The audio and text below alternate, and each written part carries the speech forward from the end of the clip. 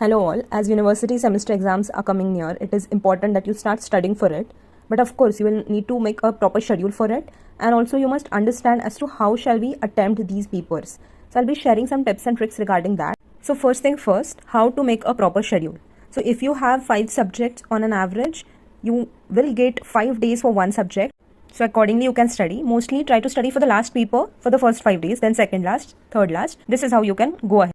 Also, it is not necessary that you study only for these exams throughout your PL. If you have at least gone through the concepts before, then 5 days are more than enough for you. So you can also give your time to certain other things, you can study other things. Now the most important thing, how should we attempt these university papers? Especially of Savitribai Phule Pune University. Firstly, it is not at all true that the more you write, the more you score. Even if you are not taking a single supplement, it is very much possible that you score above 60 marks in your theory. The only thing you have to give attention to is your answer should be precise, to the point and complete.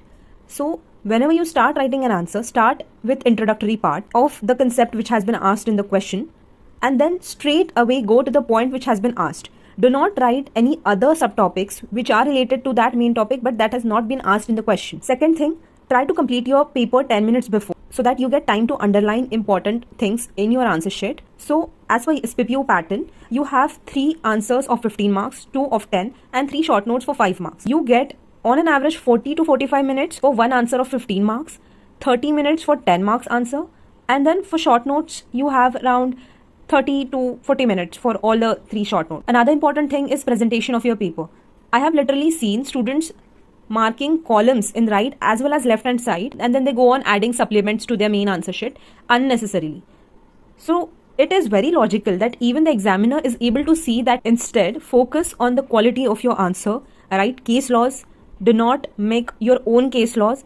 If you do not remember the name, just write fact, issue and what has been held in that. If your writing speed is good, then you can start writing the answer with synopsis so that the examiner gets to know on the first page itself that you know all these points. Last and most important thing is that many of the students tend to write very lengthy answer when it comes to the first question.